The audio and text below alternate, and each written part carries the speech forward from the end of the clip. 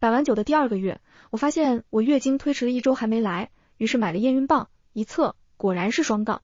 老公晚上下班回来知道消息高兴坏了，抱着我转了好几圈。饭后我在厨房洗碗，他在阳台打电话给公婆报喜，说的什么听不太真切，只是零星的听到他说成了。我看着他止不住的笑容，心想他对我们爱情的结晶真的好期待。次日，公婆让我们回家吃顿饭。去之前，我特意去超市逛了一圈，买了一些老人保健品和肩颈按摩器。到公婆家之后，除了公婆，还有大姐马成芬和二姐马成兰2家。一到家，公婆就热情的接过了我手里拎着的东西，跟大家宣布我怀孕的消息。马成芬跟马成兰眼睛一下子就亮了，我想大概他们是觉得老马家有后了。午间饭菜很丰盛，一顿饭下来宾主尽欢。唯一让我不自在的是大姑子的女儿慧慧一直盯着我脖子上的吊坠。饭后大家都围在客厅看电视，慧慧开心的走到我面前，舅妈，你的项链好漂亮，可以送给我吗？我有些为难，因为这个吊坠是我外婆给我请的，说是大师给开过光保平安的，也是外婆留给我为数不多的遗物。这个项链舅妈戴很久了，等下出去逛街舅妈给你买新的好不好？慧慧的脸顿时垮了，扁着嘴说，你好小气啊。我被气笑了，这小孩家教怎么这样？还没等我说话，老公一把将慧慧抱了过去，跟舅舅说怎么回事。慧慧觉得有人给她撑腰，于是大声说，舅妈小气死了，我问她要个破项链都不给。客厅的众人听了慧慧的话，顿时都停下来话头，看向我。慧慧的妈，我的大姑子把慧慧从我老公怀里捞了出来，一脸不悦的看着我，小云啊，你这项链多少钱啊？慧慧喜欢，你看500行不行？我正要拒绝，我老公却突然抢过话头，姐，说什么话呢？这项链不值什么钱，小云都戴了好几年了，慧慧喜欢就拿去。我原本还打算弯着腰靠近慧慧，听了马成建这话，立马挺直了腰杆，往后仰。我没有接马成建的话，只是一张脸冷了下来。这时，但凡是有眼力见的人都瞧得出来我不高兴。小姑子马成兰这是也过来打哈哈，小弟，瞧你说的这什么话，哪有舅妈不疼外甥的道理？转过头又对我说，小云，你这项链珍珠都黄了，这样吧，我再贴500，1000块都可以打条金链子了。马成兰这是把我摆上桌了。呵，先不说项链的吊坠是高冰帝王绿翡翠，就算那几十颗发黄的珍珠，也不是1000块能买到的。马家这2姐妹是打算强买强卖了。马成芬低头看看女儿，再看看我，小云，都是一家人，慧慧这丫头就喜欢你的项链，你作为舅妈就送她吧。以马成芬为首，一家子人七嘴八舌对我说教起来。而慧慧看大伙都站在她那边，突然就嚎啕大哭起来。都说会哭的孩子有糖吃，古人诚不我欺。马成建过来拉我一脚，示意我别犟，别在家里丢了面子，让他难堪。凭什么？我就不。马成芬再次问我，小云，我们再加500，凑2000足够了，外面都没这个价的。我依然拒绝，姐，这项链我不卖的，你都说了外面没这个价，你拿钱去买个新的不就好了？马成芬见我软硬不吃，立马火了，站起来指着我鼻子说，白云，你才入门没2个月就开始拿瞧了是吧？慧慧作为你外甥，你没表示就算了，现在我花2000买你的破项链，你摆什么谱？突然被骂，我也火了，但没等我站起来，我老公马成建就站起来打圆场，姐，你别生气，都坐下说话。小云，你把项链给慧慧吧，我回头给你买个更好的，今天出多少钱我都不会卖的。这不是钱不钱的问题，我撂下话就进了房间，真是多待1秒都恶心。他看上了我就得给，这是什么道理？今天是看上了我的项链，那明天看上我肾了，我是不是还得割出来给他？没一会，婆婆捧着一碗糖水进来，小云啊，你别怪你大姐，她不容易。以前为了供成建上学，她高中没毕业就出去打工了，一直供到成建研究生毕业，婆婆拉着我的手眼圈发红道，我从棺材本里再添1000，你看3000块，项链让给大姐吧，她不容易啊。这是打算来怀柔手段了？小的劝不动换老的来，一句棺材本，想用孝子来压我是吧？我不为所动，冷着脸道，这项链是我外婆给我留的嫁妆，是我对外婆的一个念想，多少钱也不会卖的。何况就算是卖，这可是高冰帝王绿，放市场上30万都不一定买得到。我是家里独女，从小被捧着长大，我家算小康家庭，比上不足，比下有余。家里厂子1年营收也就几百万，流动资产虽不过1，但也衣食无忧。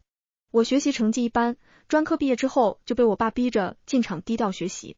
从打杂的做起，说以后要继承他的这1亩3分地。马成建就是这时候被我爸高薪聘请的。因工作来往，一来二去，我俩就谈起了恋爱。我是颜控，最开始看上马成建的原因就是他长得好看，而且学历高还老实，平时对我简直就是24孝好男友。我爸怕他是图钱，跟着把关了2年才松口让我们见家长。谈恋爱的时候，我爸就让我不要露富，人性经不住金钱的考验。而我妈则跟我说，在男人面前没事的时候要温柔一点，才能维持稳定的关系。所以在见父母之前跟马成建在一起，我全身上下加起来从不超过500块，平时最爱拼夕夕，讲话娇滴滴的。这个项链他之前见我戴的时候也问过价格，我随口就胡诌了一句地摊货不值钱，没想到他还真当真了，也不知道是真傻还是假傻。就算不是行家，一般人看了这个种水都知道不可能便宜。这个项链承载着外婆对我的祝福，也承载着我对外婆的思念，不管价格高低，我都不会转手的，不管是送人还是卖。婆婆听了我的话，眼圈也不泛红了，放下糖水，一声不吭的出了门。外婆的遗物30万的高价，2个理由足够让他们歇火了吧。但令我没想到的是，慧慧冲进房间，眼神恶毒的对着我做鬼脸。你都嫁给我舅舅了，你的东西就是我舅舅的，你的项链迟早是我的，短命鬼。说完朝我吐了一口口水，转身跑掉。我告诉自己，慧慧只是个小孩子，不能跟他计较太多。马成建，我大喊了一声。马成建跑进来，小云，怎么了？怎么了？你外甥骂我是短命鬼，说我的东西就是你的，我被气得不轻，你姐怎么教的小孩？马成建听了，脸色也不好看，急忙安慰道，慧慧就是个小孩子，说话哪能当真。之前我姐一直打工给我凑学费，没时间照顾慧慧，这丫头脾气是有点不太好，以后多教教就好了。你一个大人跟一个小孩子较什么劲？慧慧被他姐宠得那么过分，马成建居然没对他说一句重话，连让他给我道歉都没有。我一气憋在胸口下不来。婚前我也来过马成建家几次，每次来一家人和和气气的，整个家庭氛围都很好，我才放心答应马成建的求婚。没料到今天会给我来这么一出，真的让我极为窝火。但是想到自己还怀着孕，便努力稳住情绪，气坏了身体还是自己受苦。到了下午，马家3个女人挤在小厨房里忙活，而我在客厅拿手机回复客户的订单信息。马成兰见不得我闲着，就喊我过去一起打下手。小云啊，你在家都会做什么菜啊？要不今天给我们露一手？我拿着豆角，长一根短一根的掰断，不好意思啊二姐，我不会做饭。马成兰不信，瞎说，哪有女儿家不会做饭的？你看我跟大姐从小就给家里洗衣服做饭，我一脸无辜，我真的不会做饭，我家从小就是佣人阿姨。况且我妈说了，孩子不是生来做下人使唤的。我之前听程建说，他也从小不做家务的，我还以为你们也一样呢。马成兰脸色一僵，手里摘菜的动作顿了一下，瞟了一眼正在给公公洗茶具的婆婆，眼里闪过一丝低落。突然话锋一转，听程建说你家厂子在招经理，这肥水不流外人田，你二姐夫之前就当过经理，去了你家厂子做，肯定能帮你把人管得服服帖帖的。外人不如亲戚。二姐夫程康今年刚40，高中学历，对外说是经理，其实就是底层的业务员。我也不是说业务员不行，多的是金牌销售比正经经理工资高，但程康这人得过且过，工资也只够一家子人吃饭而已，能力可想而知。人事方面的事还是我爸在管，我也不方便插手，我敷衍的说。一旁淘米的马成芬又忍不住了，人家可是千金小姐，哪里看得上我们这种穷亲戚，怕我们去给她丢人呢。姐，马成兰不赞成的喊了一句。公公这时候也走过来搭话，小云啊，现在外面不好找工作，你看在你大姐二姐一直打工供程建上学的份上，你就跟亲家说一下，给2个姐夫安排下工作。这话听着像发号施令一样，而不是跟我商量。我表现得很乐意。爸，我觉得姐夫们肯定是有能力的，但是厂里的规矩就是要走流程，你让姐夫们回头给我哥简历，我加塞一下让人事那边审核。对了，经理这个职位最低是硕士学历且有实际项目经验，姐夫的话本科也行。这个年纪了，成功的经验应该不少，就随便挑几个亮眼的写一写就行。听我说完，马家众人的脸像吃了苍蝇一样，说不出的难看。这是想往我家塞人，也得掂量下自己有几斤几两。我现在是一刻也不想在马家多待，但是为了马成建，还是忍了一下。我以为被我拒绝往我家塞人之后，马家人应该会收敛一些，没想到马成芬在晚饭桌上提出了更离谱的要求。晚饭铺开，众人都上了桌。两个姐夫得知道我下午拒绝的事，对我也没好脸色。一个劲的给马成建跟他爸倒酒，顺便对马成兰跟马成芬呼来喝去。我家没有这种酒桌习惯，虽然不喜，但也尊重，只要不要过分就行。马家的女人七嘴八舌的向我打听我家的财务状况，都被我一一糊弄过去。谁知道马成芬突然提起我家房子，小云，你家裴家那房子是学区房吧？得花不少钱啊。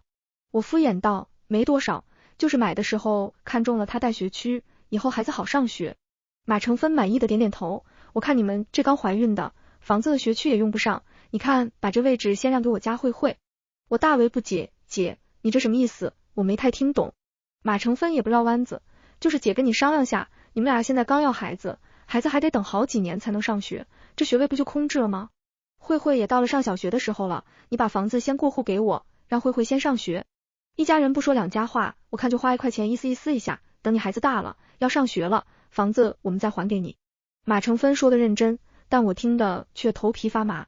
这时候男人们都不喝酒了，开始插话。大姐夫，小云，现在都是一家人了，这点小事你不会推脱的吧？小事？谁家过户房产是小事？二姐夫坐在一旁没说话，只是一双眼贼溜溜的看着我，仿佛我是块大金子。姐夫，房子是大事，我得回家商量一下，我脸色不快。公公在一旁板起脸来，小云啊，你嫁到我们家来，就是我们家里的一份子了，家人之间就该互帮互助。你今天帮了程芬一家，改天你有事了，程芬也会帮你的。我还没开口，坐我旁边的慧慧倒是开口了，舅妈，你把房子过户给我妈吧，我上学之后会孝顺你的。小嘴说的那叫一个真诚，要不是下午见识过她的极品行为，我就信了。爸，房子不是小事，过户很麻烦的。要是慧慧找不到学校，我可以找人帮帮忙，我迂回的说道。面子真的给足了马家，但有的人就是不爱要。见我不松口，马成建也过来劝道，小云，姐说的对，这房子的学位我们现在占着也没用，不如先让慧慧上学，等我们孩子大了，慧慧也念完小学了。你的意思是让我把房子白给出去？我一脸不可思议。什么白给？说的这么难听，是借。马成兰这是搭腔，大姐以前为了程建的学费可是吃了不少苦，小云你们一家要懂得感恩才是。要不是大姐起早贪黑的赚钱，程建能这么轻松念完硕士吗？马成建听了也附和，这个我肯定忘不了。小云，姐也说了，只是借给慧慧念书，等咱孩子大了就还回来。你别这么小心眼，就听姐的，把房子过户到我姐名下，我回头会补偿你的。语气温柔的像是说一件不怎么重要的事。原来人真会被气笑，这么扯的理由，马成建怎么说得出口？他马成建欠的恩，凭什么拿我的房子还？再说了，这房子是我爸800万全款买的，至今都还没过户给我呢，我都没这话语权。一伙人见我不说话，就以为是马成建拿话把我制住了，开始自以为是的讨论怎么搬家，怎么过户。真是不发火就当我是病猫是吧？谁说房子要过户给你们了？我不同意，我大声道。我把筷子往桌上狠狠一拍，把众人都吓了一跳。旁边的慧慧更是被汤洒了一身，开始闹，哭得跟个开水壶似的。马成芬立马跳起来指着我骂，你凭什么不同意？就凭房子是我的，我丝毫不怯。见我一再拒绝，马成芬突然转头对我老公说，马成建，你是不是男人了？这个家你还能不能做主？就是你再不说句话，还以为你家里是婆娘当家呢。程康在一旁拱火。听了两人的撺掇，刚刚说话轻声细语的马成建突然大发雷霆，我读书的费用全靠我姐打工赚钱，我们得记住我姐的恩。况且你房子陪嫁过来就是我们老马家的东西，我今天就做主把房子过户给姐了。真是书可忍审不可忍。马成建，你闭嘴。你姐供你上学，你要还她的恩是你的事，拿我房子算怎么一回事？还有谁说嫁给你了，我的东西就变成你的了？见我兜头盖脸的喷马成建，马成芬忍不了，把我扯出席位，对着我脸就是一巴掌。你一个破专科生凭什么骂我弟弟？马成芬面色扭曲，要不是我弟弟喜欢你，你能进我马家的门？马成芬还想打我，被我挡开了。我也不甘示弱，抓着他的头发就往后扯。马成兰见状也过来拉偏架，但他并不是帮我，而是往我腰上用力掐。我被马家两个泼妇按在地上打，低着头喊了一声马成建。虽然前面我俩吵架，但我以为马成建这会儿肯定会过来帮我，没想到马成建听了也只是在旁边喊住手，没有一点要来帮我的意思。我的心凉了半截。姐，不要打了，小云怀孕了，当心她肚子。马成建大喊。但也仅仅是大喊，装腔作势的拉了马成芬一下而已。转头对我说，小云，你跟姐道个歉吧。马成兰坐在我身上按着我，撕扯间，我的项链露了出来。慧慧一把上前握住我的吊坠就往外扯，链子断开，珍珠散了一地。短命鬼，让你不同意，现在还不是我的。脖子被链子割出一道血痕。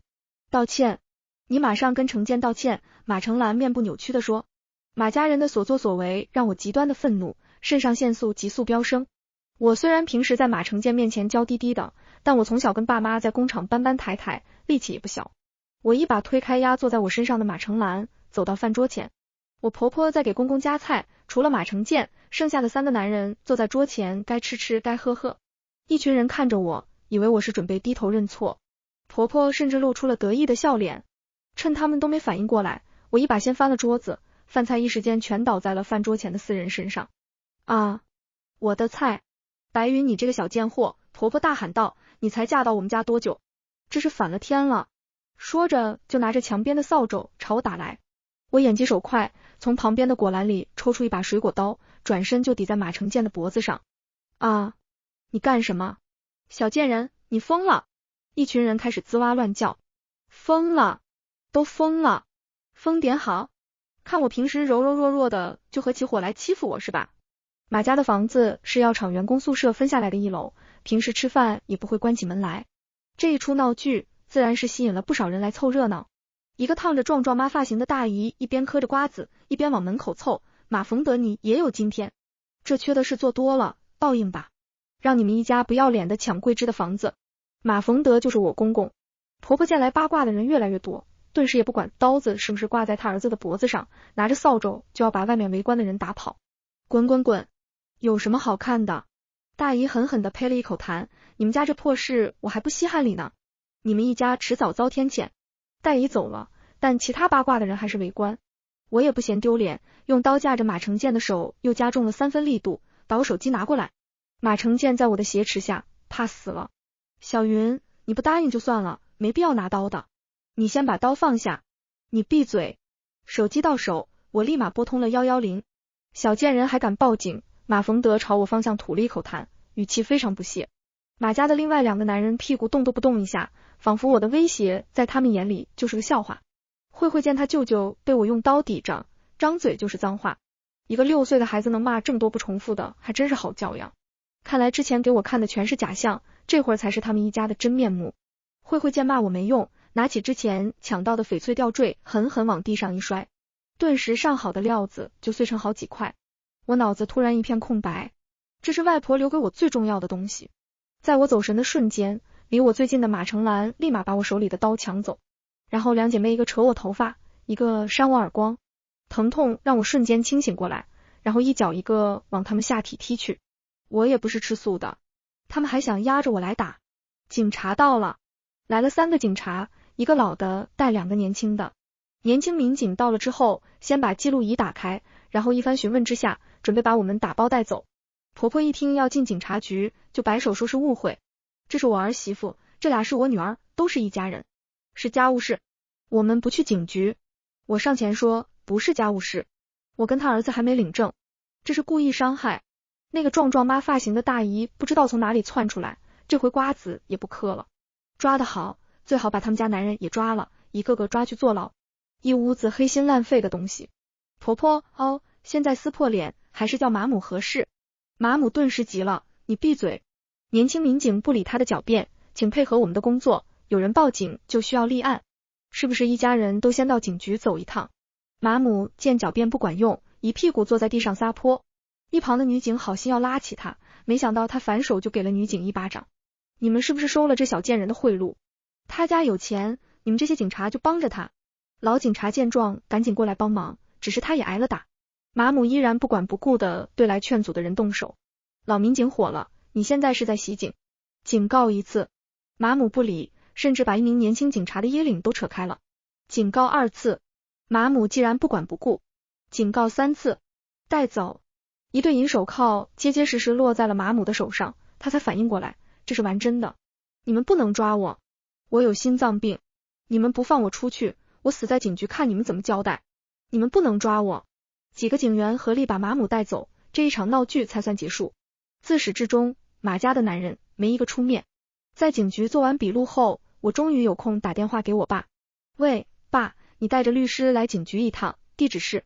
没半小时，爸妈风风火火就杀到了警局。我爸见我被打成猪头的样子，脸色极为难看，谁把你打成这样的？我将在马家发生的经过原原本本的说给我爸听。他越听眉头越紧，脸色也越来越难看。而我妈则在一旁联系医生，要给我最好的治疗方案。云云，别怕，妈给你联系了全市最好的医生。我虽然觉得我妈有点夸张，但一颗心被爱意塞得暖暖的。在医院，我妈帮我联系的医生让我做了一个全身检查。一顿检查下来，除了外伤，还有点轻微的脑震荡，建议我住院观察2天。意外的是，在住院的第2天，我在医院看到了那个跟我前婆婆不对盘的壮壮妈。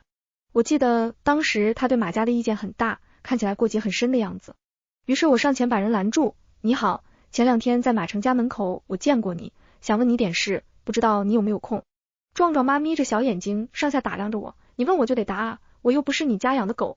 我把条件摊开，只要你把我想知道的告诉我，我就帮你女儿申请最好的医生动手术。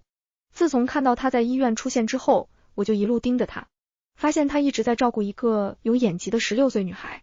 多方打听之后才知道，壮壮妈叫秦怡，这女儿是她唯一的孩子，因为好的医生排期很满，她女儿的病情一直拖着，没办法解决。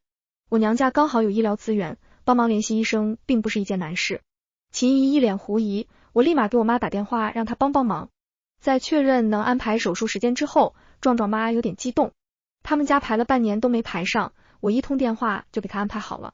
秦怡见我真心帮她，也真诚地对我说，幸好你没真的嫁给马成建，他们那一家都是王八蛋，缺德鬼。他们家的事还得从马逢德那个人渣说起。下午我刚给客户回完消息，就看到马成建拎着一篮子水果来探病。我还以为马成建是来道歉的，谁知道他一张口就是指着我。小云，你平时都很乖的，怎么那天脾气那么大？我姐跟我妈只是跟你提意见，你怎么能动手呢？马成建一脸责备的看着我，你看你现在把我妈他们弄进去了，你赶紧去写个谅解书，然后跟我妈他们道歉。做儿媳妇总不能把婆婆得罪死了，不然我妈以后就不待见你了。见马成建越说越离谱，我赶紧打住他想往下说的话。停，马成建，你脑子没毛病吧？趁着来了医院就去挂个脑科看看。你那一家子人都是极品，你还想我跟你过下去？你什么意思？马成建说，不跟我过，你还想跟谁过？你别忘了，你肚子里还怀着我孩子呢。我冷笑道，他生下来才叫孩子，没生下来就是一个寄生瘤。你可真会装，一装就装了2年的斯文人。我真的要感谢你家整的这一出，要不然生下跟你一样劣质基因的孩子，那时候才叫惨。马成建见我丝毫不给他面子，也不装了，白云，你用孩子拿瞧是吧？我告诉你，你要是不跟我妈和姐姐道歉，那你就别想我承认你肚子里的孩子。他以为他家是有皇位继承，我要上赶着给他生孩子。你以为我稀罕你家？一家破烂玩意，我俩还没领证呢，你家吃绝户的算盘珠子都崩我脸上了。马成建，我今天就当着你面跟你说，我不跟你过了，分手。你以后敢靠近我1米，我就打断你的腿。我手指着门口，滚，别在这里污染空气。马成建被奚落的脸红，眼神狠厉的盯着我看了一眼。好的很，好的很。白云，你给我等着。人都走出了病房门口，又掉头回来，把果篮拿上。便宜乞丐也不能便宜你。马成建走了之后，我也想到身体里有个跟马成建拥有相同基因的玩意，就恶心的不得了。趁着月份还小，早拿掉早幸福。我跟主治医师说明的情况，他让我先去验个孕，看具体情况再看能不能安排人流。检查很快，结果也很快。一个好消息，一个坏消息。坏消息是我的人流手术做不了，好消息是我没有怀孕。至于为什么验孕棒会显示怀孕，可能是过期了，或者是别的原因。总之，现在的情况就是我不需要伤害自己的身体来完成跟马家的剥离，真的可喜可贺。接下来我要做的就是根据秦怡提供的情报去收集马家的信息。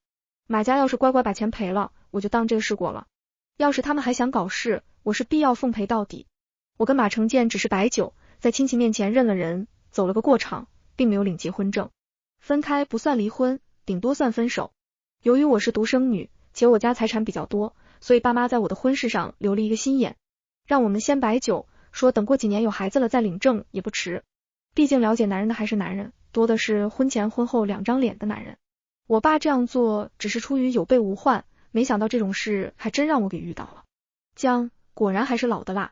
由于我跟马成建没领证，自然也不存在财产分割。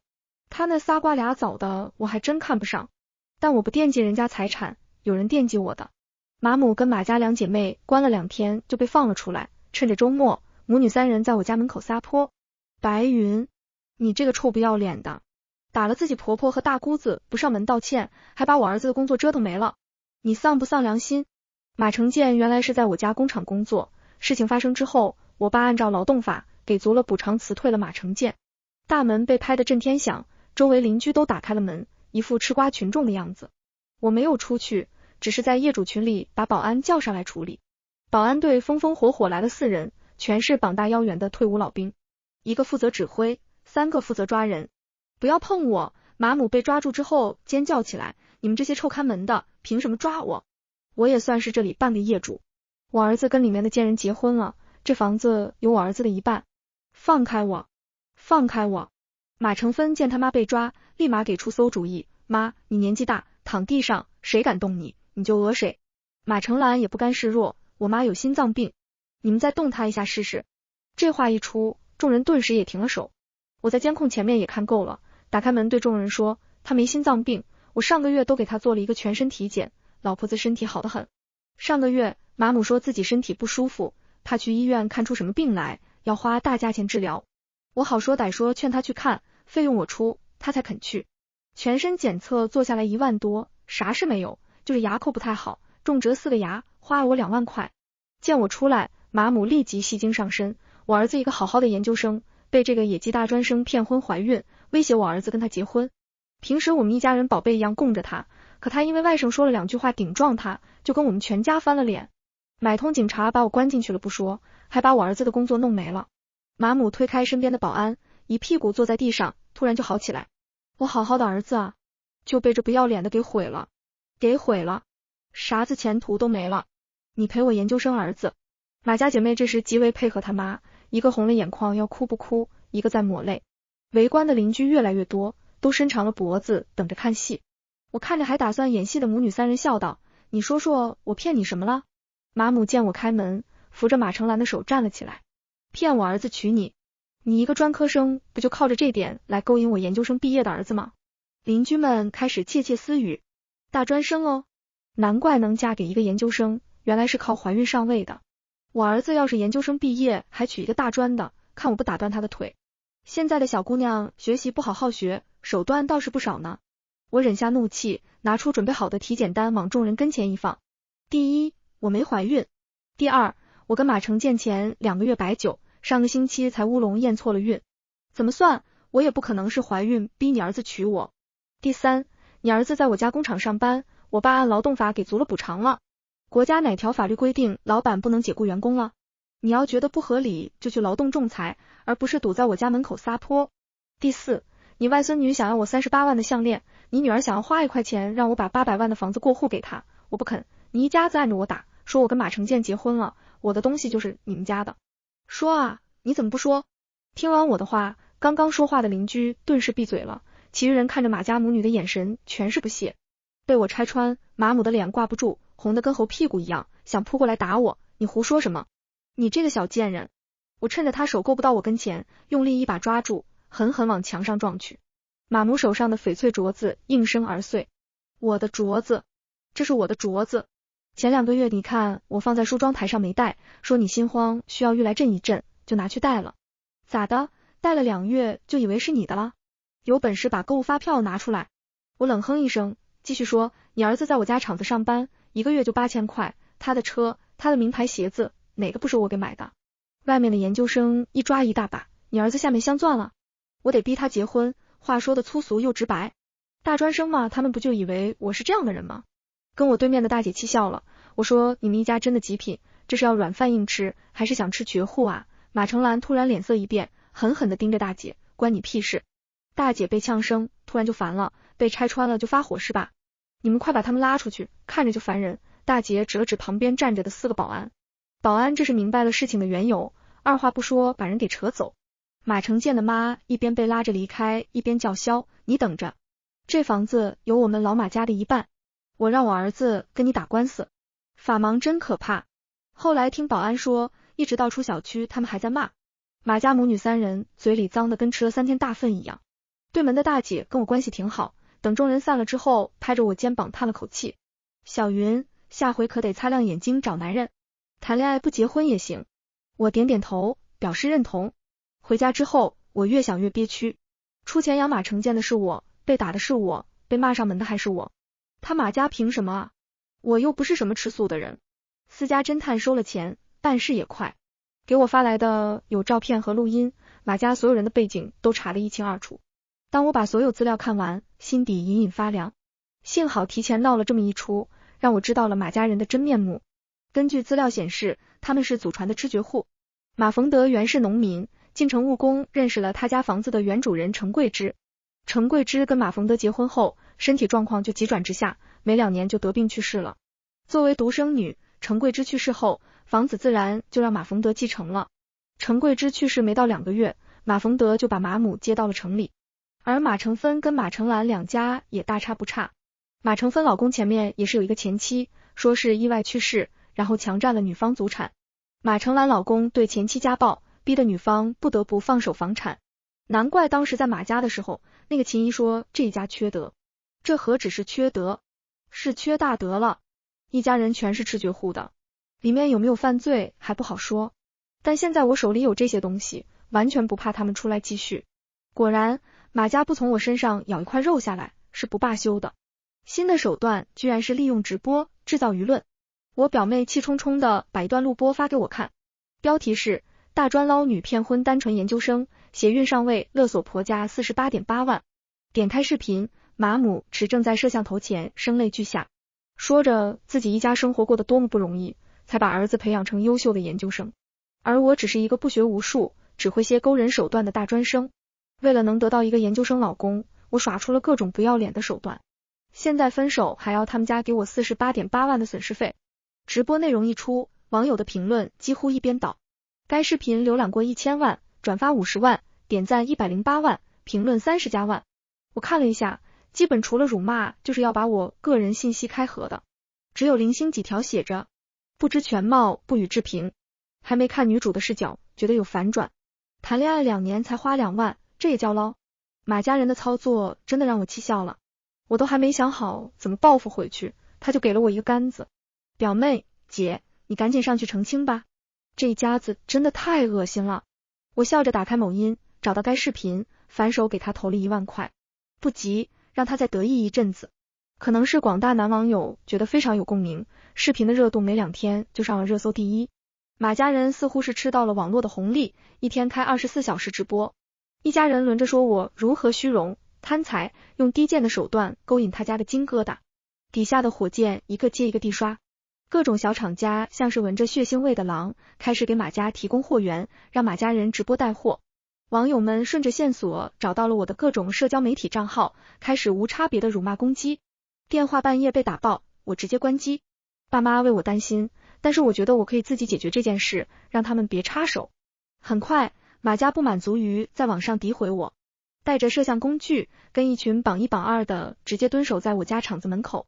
今天来的是马成芬一家，我一出工厂大门就被一群人围了上来。马成芬用手机对我脸喊道，大家快来看啊，这就是那个想吃天鹅肉的野鸡大专生。见主角登场，直播间人数一下子破了10万。这女的一身名牌，看着就是捞女。你别说，这野鸡大专生长得还挺好的。哈哈哈，长得不好看怎么能把人勾到手？直播间的辱骂一个接一个，我不慌不忙地站在人群中间。马成芬见我不躲，更来劲了，恋爱2年，你花了我弟2万块，没你这样捞的，你得把这个钱还给我弟弟。我抬头问，你是说只要是恋爱期间花的钱都得还给对方？马成芬点头，对，你别想白花我弟1分钱。然后他拿出了一叠复印纸，里面全是消费记录，最后一些是手写的。我看了一眼，居然还有我去他家吃饭，一个饺子算7毛钱。那些个榜1榜2也拿着手机对着我开直播，主打的就是一个惩恶扬善，拯救被捞金女骗财骗色的天之骄子。看你手里这些东西也不止2W，他不会是有好几条鱼吧？捞金女怎么会只有一个下家，肯定是多方位发展的。人家勤学苦读才赚一点点工作，你张开腿就要不要脸？那些人打着伸张正义的旗号，做的却是网络霸凌，在毫无根据的情况下，对一个年轻女性极尽所能的羞辱谩骂，似乎这样才能显示出他们比别人高人一等。我伸手从包包里拿出一早准备好的打印记录，看谁的手机离我近，我就靠上去。这是我2年里给马成建的花费，不算他上我家吃饭的钱，光礼物我就花了12万8。纸上印的是我给马成建买礼物的淘宝价格清单，大到他在厂子上下班用的小电驴、名牌衣服、鞋子，小到钥匙扣、内裤、袜子，每一件价格都清晰明了。周围的气氛突然一下子安静了下来。马成芬，那8000零头就不跟你要了，你弟花了我12万，扣掉你弟给我花的2万，你们家是不是还要给我还10万出来？我好笑的看着马成芬，他没有想到我居然是有备而来，一时间还没反应过来。我继续说道，对了，你跟网友说了吗？你想花1块钱让我把我家价值800万的房子过户给你，还要我把你高中毕业的老公和你妹夫塞到我家厂子当经理，我不答应，你们一家就把我打进医院了。直播间的人数从10万涨到了20万，原本还想看痛打捞金女的众人意外被塞了一口真相，瞬间就不淡定了。原来人家不是捞金女，是真千金。什么捞金女？那是我老婆。服了，这一家什么德行，软饭硬吃都吃不明白。这是想吃绝户吧？还是马成芬的老公反应快，见事态不对，立马关了直播，然后转头强迫跟来的人关直播。但是谁听他的呢？他们是失去了解开捞女真相的瓜，但是得到了一个软饭硬吃的瓜。都是吃人血馒头，吃我或者吃马家的，对他们来说都无所谓。我挥了挥手里的资料，说晚点我会再开直播，回应最近的关于我的一些谣言，也收集了对我进行不实报道的主播，我将保留起诉的权利，想知道真相的可以到我直播间来。说完，我就上了新买的宝马。晚上回家，我在网上把马成建跟我在一起的细节完完整整叙述了一遍，期间还把马家祖传吃绝户的资料跟录音也发布出去，避免更多人受骗。原来骂我的人没一个来道歉的，我的评论区几乎是清一色的女性发言，男性少得可怜。当初污蔑我的热搜下架了，但是帮我翻案的视频被限流了。表妹跟我说，之前因为可怜马成建被捞女骗，很多人都刷了礼物支持马家人。现在事情有了翻转，那些人觉得自己被骗了，要马家人退还礼物。马家人看风向不对，立马注销了账号，网友找不到人就生气了。当初怎么对我的，现在就怎么对马成建一家，就连慧慧也不放过。学校的家长都知道了马家人的德行，叮嘱自己的孩子不要跟慧慧玩。一天上学，一个调皮的孩子说慧慧家是害人精，被慧慧拿笔盒敲破了脑袋。孩子家长气急了，让马成芬一家赔了1万多，学校也勒令慧慧休学反省。马成芬老公因为不满赔了1万多，把慧慧吊起来打得皮开肉绽。又是一个周末，我在家刚敷完面膜，一个急促的按铃声响起，我还以为外卖到了，急匆匆的赶去开门。结果门外站着的是许久不见的马成建。你来做什么？我语气冰冷。小云，我们不闹了好吗？让你爸别再针对我家了。马成建装出一副楚楚可怜的狗狗样。以前的我就是被他这个样子迷住了，才昏了头想要结婚。现在清楚了他一家人的真面目，他摆出这副姿态只是想迷惑我，继而吃我绝户。真是一条毒蛇。那谁跟你闹了？你赶紧走，不走我可报警了，我对他吼道。马成建被我一吼，突然发难，双手死死掐住我脖子。有摄像头，放开我，你死了我就跟你一起死，一起死吧，白云，你不是瞧不起我家吗？你爸还要强行让我们家赔钱，你死了就不用赔。马成建越说越癫狂，而我被掐住脖子，脸色都快变紫了。就在我以为我要煎太奶的时候，我爸跟我妈来了。见我被掐，我爸用力一拳把马成建打倒在地，我妈则护住我，把我往家里带。后面的事我就不知道了，因为脑缺氧，我晕了过去。再醒来就是医院了。之后我妈给我复述事情的后续。我爸揍的马成建倒地不起，然后报警，说他杀人未遂，顺便把监控录像也一并给了警察。联系了市里最好的律师，我爸发话说必须把罪名按死在杀人未遂上，让马成建按顶格坐牢。后来警察来找我做笔录，我也如实回答。马成建的这一个操作把我吓出了阴影，我好长一段时间都不敢自己去开门。那天听我爸说，马成建按杀人未遂判了10年。后续，马成建被判刑后，马家来找过我们要谅解书，被我爸拒绝了。一家子天天到工厂拉横幅骂人。由于之前法院判罚他们家赔我 48.8 万，马家拿不出这钱，强制执行下把他们那套房子拿去拍卖。马父靠吃钱七绝户，吃了一辈子也没怎么打过工，家里日常的开销就是靠马家姐弟3人的接济。马母也是一辈子没打过工，嫁给马父之后就一直做家庭主妇，谋生的技能是一样都没有。有天我去表妹的小区找她，下来的时候看到一个富态的中年女人推搡另一个瘦小的中年妇女。富态的女人说，我家不用你，我马上就打电话给家政公司辞退你。瘦小的中年妇女说，签了合同了，你不能说辞退就辞退，还有没有点良心了？富态的女人伸直了腰道，我没良心，你那一家子吃绝户的事全网都知道了，我可不敢往家里找一条毒蛇回来。瘦小的女人顿时跳脚，你放屁，你以为我想来你这？你就是个生不出带把的母鸡，死了都没儿子给你摔盆，你不要，我还不稀罕来你家伺候你女儿。说完转身就往小区门口走去。那人在小区门口转了个身，我才看清楚他的样子，是马成建的马。后来听说他给一户人家当保姆，好好的工作不做，整天撺掇着家里的老人整治媳妇，还没过试用期就被女主人知道了，二话不说就去家政公司把人退了。家政公司了解之后，觉得马母这人不能用，就算再安排到别家也一样会出岔子，而且他还死不认错，一到公司就说雇主的坏话。家政公司为了自己的口碑，给马母结算了半个月工资就把人赶了出去。马母找不到工作就去骚扰马家姐妹，儿子进去了，房子也没了，2个女婿也不想收养他们。马父在家洗澡的时候在地上滑了一跤，马母送他去医院的时候拖延了救治时间，摔成了瘫痪。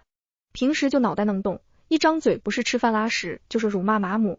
马母被骂急了，一不乐意伺候他，就让他在床上屎尿堆里躺几天。而马家2姐妹的情况也不好过，当初他们开直播收了钱没退回去，导致网友打不通他们电话，就把电话打到私人的公司。公司受不了这种网络暴力，索性开除了几人。直播间得了几十万，几人被开除一时也不着急，但是马父摔倒，他们自然是得掏治疗费。马父瘫了，马母不乐意照顾，于是经常到2个女儿家卖惨，要2个女儿接他去养老。2个女婿本来就因为被开除不高兴，出了医药费之后更是不想管马父马母。2人一致对外说，要是敢把岳父岳母接到家里养就离婚。2姐妹闹了一阵子，听老公这么说也歇了火，他们可不想离婚再嫁，但马母可不管，频繁来磨2个女儿。马成芬跟马成兰看爸妈这样落魄，也舍不得，于是偷偷拿钱接济2人。被辞退之后，2个女婿投简历一直被拒，有个 HR 不小心说漏了嘴，说他们已经进了全行业的黑名单，不会再有同行公司会要他们了。2人在找工作上碰了壁，最后把火全撒在2姐妹头上，对姐妹俩动了手。有第1次就有第2次，马母上门一次，她女儿就得挨打1次。最后姐妹俩实在忍不了了，也不愿意接济马父马母，来1次赶1次。而马成建在牢里也不好过，他犯的事在牢里不是秘密，有一个狱友就是为妹妹出头进去的，听了马成建吃绝户的事，讨厌的不得了，私下时不时就给他一顿揍。而我为了摆脱野鸡大专生的名头，我安排了出国留学，在大洋的另一边做起了抖音海外博主。开朗的性格，甜美的外表，有趣的灵魂，让我身边优质的男生一个赛一个。这个故事到这里就结束了，感谢您的收看。如果您喜欢这个视频，就给我点赞订阅一下吧。衷心祝您吉祥如意，万事顺心。